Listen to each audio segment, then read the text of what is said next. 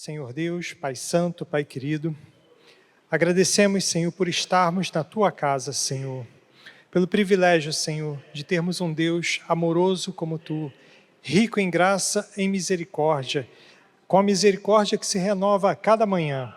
Abençoa, Senhor, a cada um aqui, a começar por mim, Senhor, que eu seja um instrumento, Senhor, de bênção para a Tua igreja, Senhor, e que Tu venha falar, Senhor, com cada um de nós, aquilo que nós precisamos ouvir, não aquilo que nós queremos, mas sim o que nós realmente precisamos, porque somente a Tua vontade é boa, agradável e perfeita. Muito obrigado, Senhor, em nome de Jesus, amém. Podeis se assentar. Convidar vocês para abrir a Bíblia no livro de Jonas. Vamos ler apenas o capítulo 4. Vamos fazer uma leitura responsiva. Eu lerei os versículos ímpares, vocês lerão os pares, e o último leremos juntos, que é o versículo 11. Mas Jonas ficou muito aborrecido e com raiva.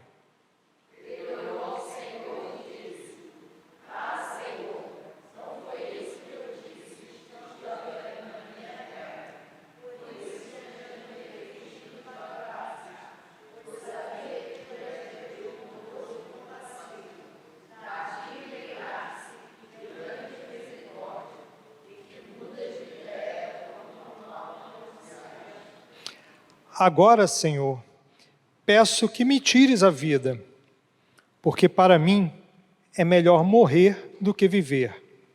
O Senhor disse: você acha que é razoável causar sua raiva?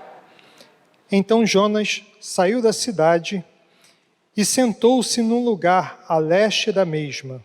Ali construiu um abrigo, sentou-se à sombra para ver o que aconteceria com a cidade. Então o Senhor Deus fez descer uma planta por cima de Jonas, para que fizesse sombra sobre a sua cabeça, a fim de livrar a seu desconforto. E Jonas ficou muito contente de causar a planta. Mas no dia seguinte, ao amanhecer, Deus enviou um verme que atacou a planta e ela secou. Quando o sol nasceu, Deus fez soprar o vento do leste muito quente. O sol bateu na cabeça de Jonas, de maneira que ele quase desmaiou. Então pediu a mãe dele, dizendo: para mim é melhor morrer do que viver.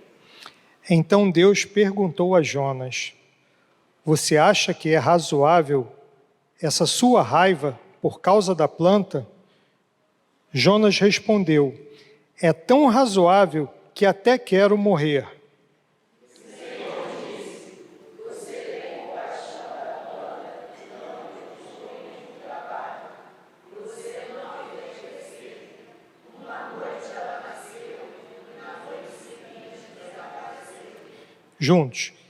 E você não acha que eu deveria ter muito mais compaixão da grande cidade de Nínive, em que há mais de 120 mil pessoas que não sabem distinguir entre a mão direita e a mão esquerda, e também muitos animais? Meditando nesse livro aqui, no livro de Jonas, posso dizer que eu estou há 3 semanas preparando essa mensagem, tentando entender pequenos detalhes sobre Jonas.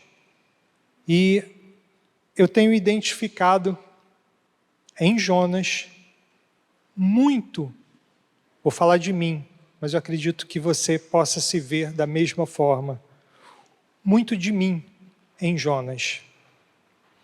Quem aqui já se sentiu ou já teve até que fazer algo que não queria? Todos nós, em algum momento, tem situações no trabalho, situações que a gente passa no trabalho, que a gente não queria passar, mas é obrigado a passar porque depende do trabalho. depende daquele salário. E são muitas as situações. E Deus chega para Jonas, só para situar vocês, lá no início, no capítulo 1, Deus dá uma ordem para Jonas. Jonas é um profeta de Deus. Jonas está na casa do Senhor. Jonas conhece a palavra. E Deus dá uma ordem para ele. Lá no versículo 1, a palavra do Senhor veio a Jonas, filho de Amitai, dizendo: levante-se, vá à grande cidade de Nínive e pregue contra ela. Jonas prontamente vai? Não. O que Jonas faz é justamente o contrário. Ele tenta fugir da presença de Deus. Ele vai em direção a Tarsis, encontra um navio, compra passagem, entra no navio, embarca, a viagem afora e pensa que está tudo bem, está tudo tranquilo. Só que o interessante é que Deus nunca perde os seus de vista e Deus sempre acompanha. Em certa mensagem aqui eu falei que até mesmo quando você está no erro, Deus está te vendo e Deus está te conduzindo, porque Ele não vai perder você.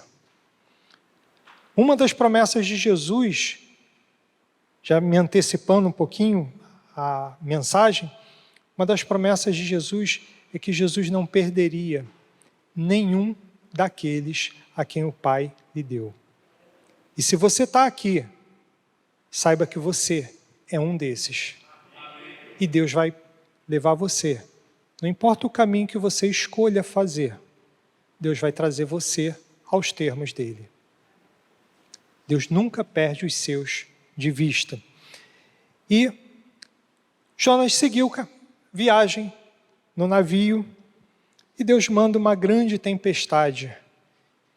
Os marinheiros preocupados, desesperados com a tempestade, os marinheiros começam a pegar a carga, jogar para fora do navio, para tentar colocar o navio mais leve, e nada disso adianta. O capitão do navio vê Jonas dormindo, tranquilo, sereno. Em meio a uma situação tão adversa, Jonas dorme. Muitas vezes a gente está passando por lutas, por problemas, tribulações, e o fato de nós deitarmos a cabeça no travesseiro e dormirmos tranquilamente não significa que está tudo em paz, que está tudo bem. Mas Deus cuida de nós. A palavra de Deus diz que aos seus amados, Deus os dá até enquanto dormem.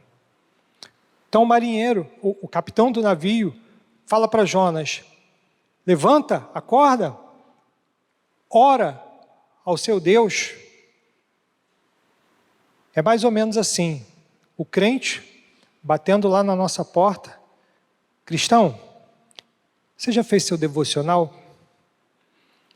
Cristão, acho que você precisa orar. A gente está com tanto problema aqui na vizinhança, precisamos da sua ajuda. Eu já vivenciei essa situação, tá? Estou falando algo que eu vivenciei. E quando eu orei, as coisas se aquietaram. Eu estava incomodado com o que estava acontecendo na vizinhança. Eu não precisei fazer nada, não precisei me expor, nem sair de casa. Senhor, tem misericórdia dessa situação, toma essa situação em tuas mãos e aquieta os ânimos. E as coisas se acalmaram. Eu nem percebi. Foi tão rápido que eu mesmo nem percebi. E nós, como Jonas, nos esquecemos muitas vezes dessas situações. Porque nós estamos falando aqui de marinheiros, homens experientes, aterrorizados com a tempestade, acordam Jonas, cada um clamava ao seu Deus, e aí, mesmo clamando aos seus deuses, cada um tinha um Deus ali, eram idólatras, a tempestade não diminuía e cada vez ficava mais intensa. E aí, eles resolvem jogar sorte.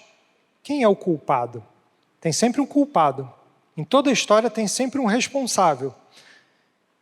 E Deus, posso dizer que Deus acusa Jonas, porque eles jogam a sorte. O que parece sorte para o mundo é Deus simplesmente definindo como vai ser.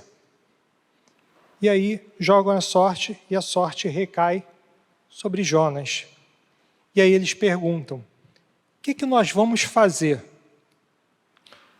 Jonas fala assim, vamos orar? Não. Jonas fala assim, me joguem para fora do barco. Me joguem no mar e a tempestade vai cessar. O mar vai se acalmar. Só que quando eles sabem de quem se trata Jonas, Hebreu, tem um momento no versículo 9, quando Jonas responde para ele, para os marinheiros, quem ele é, ele diz, eu sou hebreu, temo o Senhor, o Deus do céu, que fez a terra, o mar e a terra. Então os homens ficaram com muito medo e lhe perguntaram, o que é que você fez? Como é que você espera, Jonas, fugir do Deus que fez o céu e a terra? Jonas queria apenas não estar disponível para o que Deus mandou que ele fizesse. Ele queria ter uma justificativa, chegar em Tarsis e Deus falar, não falei para você ir para Nínive, para pregar contra Nínive? Ah, Senhor, estou muito longe. Seria a expectativa dele. Mas as coisas não acontecem segundo as nossas expectativas, segundo os nossos planos. É o plano de Deus que tem que ser feito. E toda essa situação, ela teve um propósito também para esses marinheiros. Porque esses marinheiros, temendo ao Deus vivo, ao Deus criador do céu e da terra, eles resolvem jogar Jonas. Mas antes, eles fazem um pedido ao Senhor. Eles clamam ao Senhor, lá no versículo 14, 1:14.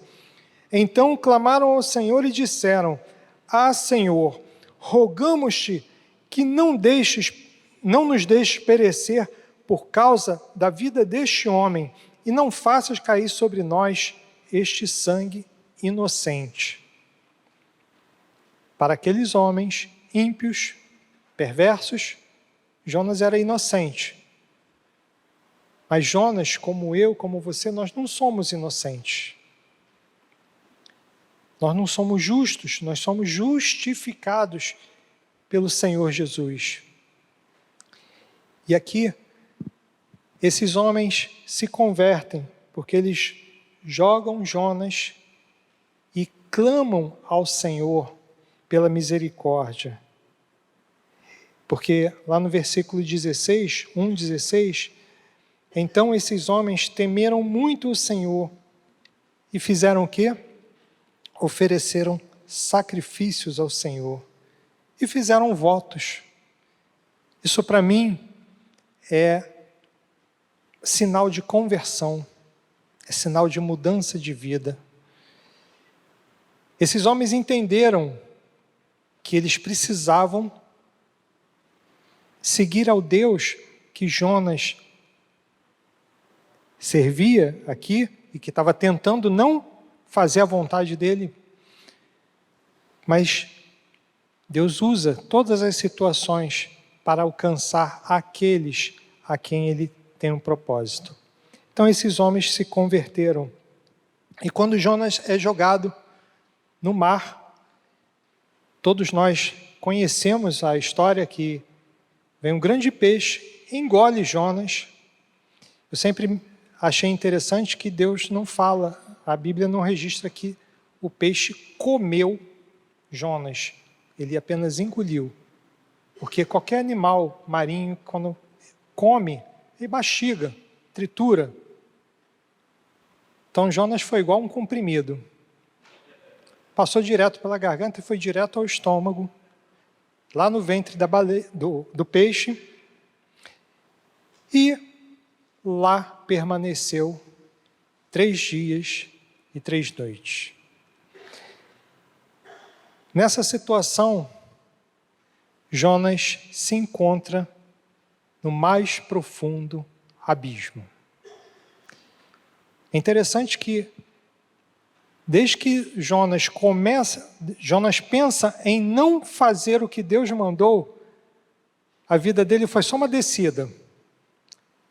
Ele tentou descer para Tarsis, foi para o porão do navio, do porão do navio foi para as profundezas das águas. Jonas foi só descendo. E lá, pela primeira vez, Jonas decide orar. Falei para vocês que Jonas conhecia a palavra, e a gente pode ter certeza disso, porque na oração dele, lá no capítulo 2, então Jonas, no ventre do peixe, orou ao Senhor, seu Deus, e disse: na minha angústia, clamei ao Senhor, e ele me respondeu, do ventre do abismo, gritei, e tu ouviste a minha voz, pois me lançaste nas profundezas, no coração dos mares, e as correntes das águas me cercou. Todas as tuas ondas e as tuas vagas passaram sobre mim. Então eu disse: estou excluído da tua presença. Será que tornarei ver o teu santo templo? Essa oração, se você ver as referências, Jonas está tecendo oração em meio ao livro dos Salmos. São diversos salmos que tem aqui. Salmo 18, Salmo 42, Salmo 4, Salmo 5. Jonas era uma pessoa que conhecia a palavra de Deus.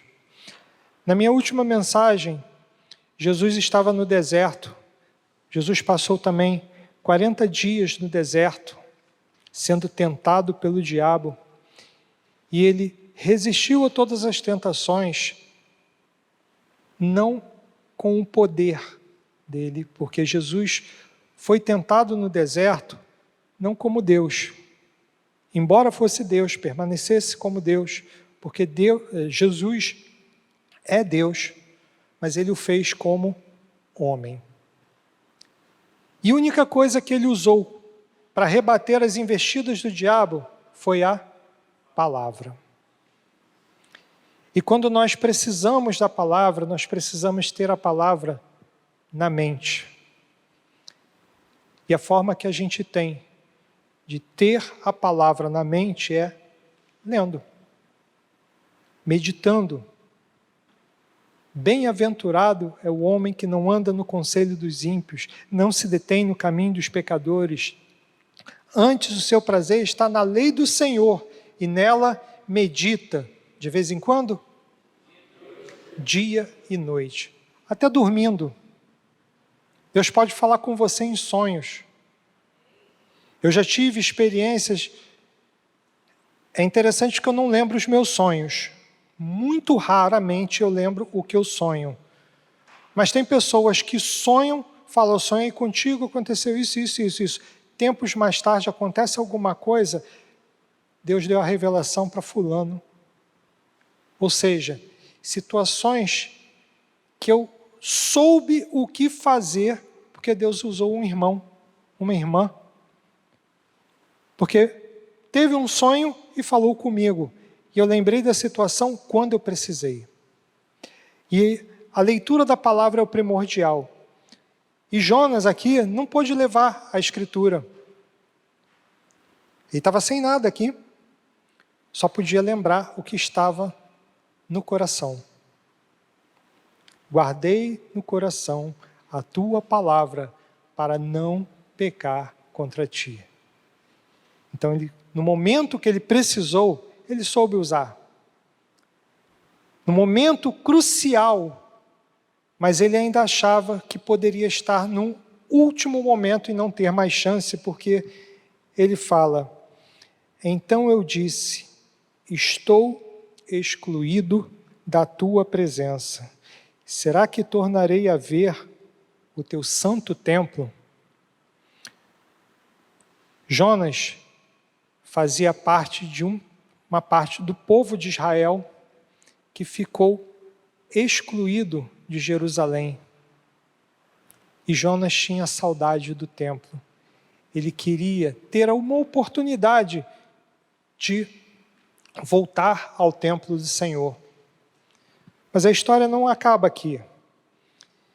Depois que Jonas ora, Deus dá uma ordem ao peixe, e o peixe vomita Jonas na praia. E Jonas, uma coisa importante, antes de Jonas ser vomitado pelo peixe, ele, na oração,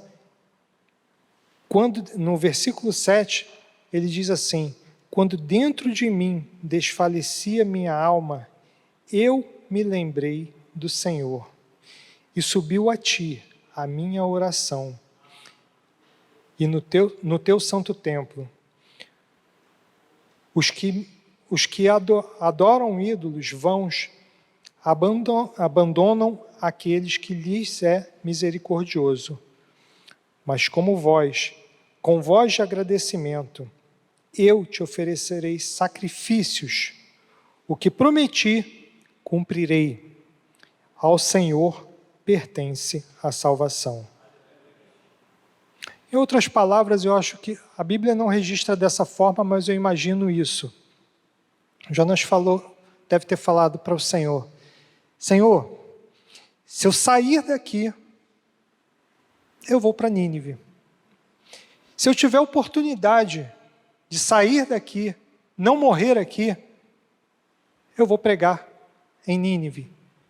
Eu vou falar a tua palavra para Nínive. E Deus atende a oração, se agrada do voto, do sacrifício de Jonas que ele iria fazer, e o Senhor manda o peixe vomitar Jonas na praia, na terra. E Jonas vai para Nínive. Lá em Nínive,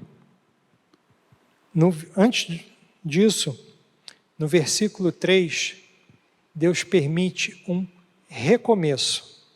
Se você observar o capítulo 3 e o capítulo 1, eles iniciam quase que identicamente. A palavra do Senhor veio a Jonas pela segunda vez, dizendo: levante-se, vá à grande cidade de Nínive e pregue contra ela. Pregue contra ela a mensagem que eu lhe darei. Jonas se levantou, foi a Nínive, segundo a palavra do Senhor, e fez conforme Deus havia determinado. E a mensagem de Jonas não foi fofinha, não foi tranquila, foi até pesada.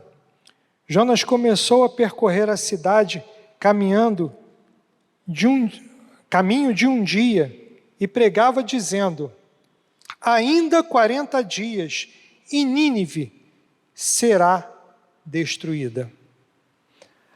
A palavra de juízo, quando Deus lança uma palavra de juízo, nós precisamos lembrar que o nosso Deus também é Deus de misericórdia. Essa palavra lançada produziu arrependimento nos ninivitas. E a prova disso é que quando chega ao conhecimento do rei, o rei estabelece um mandado. Por mandado, o rei, versículo 7, o rei mandou proclamar e divulgar em Nínive o seguinte: por mandado do rei e dos seus nobres, ninguém, nem mesmo os animais, bois e ovelhas, podem comer coisa alguma. Não lhes deem pasto, nem deixem que bebam água. Houve um arrependimento aqui, e eles entenderam que poderiam clamar por misericórdia. 40 dias. Pode ser que em 40 dias Deus mude o juízo que Ele determinou. Não é que Deus se arrependa, mas Deus é poderoso, Ele é Senhor e soberano para fazer o que Ele quer.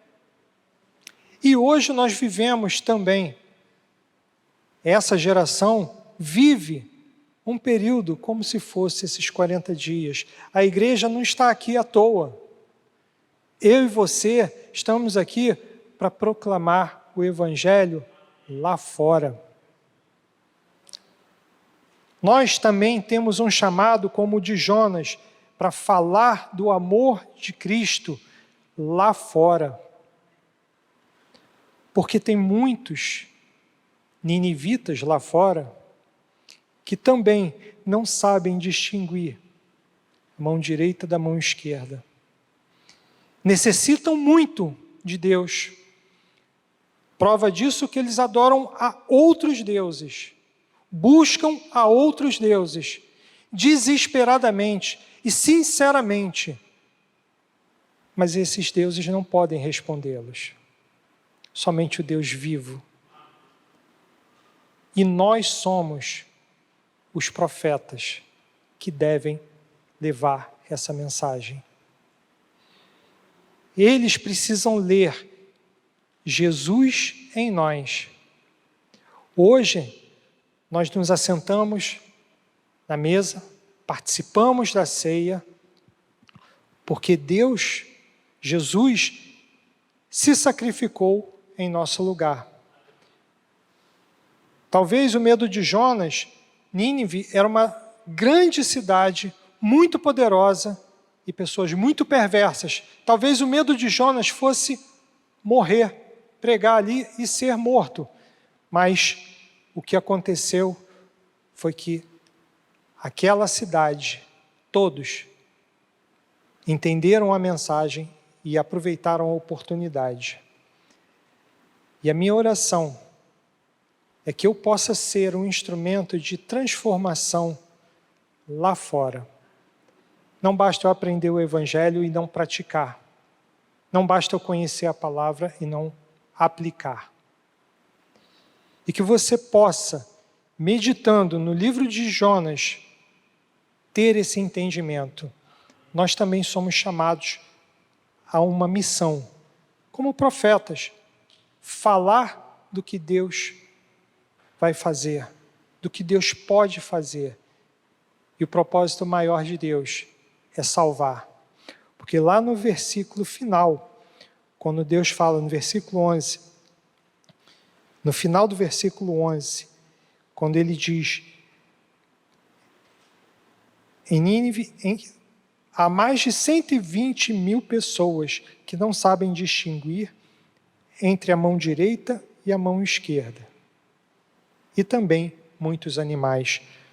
No Salmo, não precisa abrir, no Salmo 36, diz o seguinte: a tua justiça, Senhor, chega até os céus, a tua fidelidade vai até as nuvens, a tua justiça é como grandes montanhas, os teus juízos são como os abismos profundos, um abismo profundo.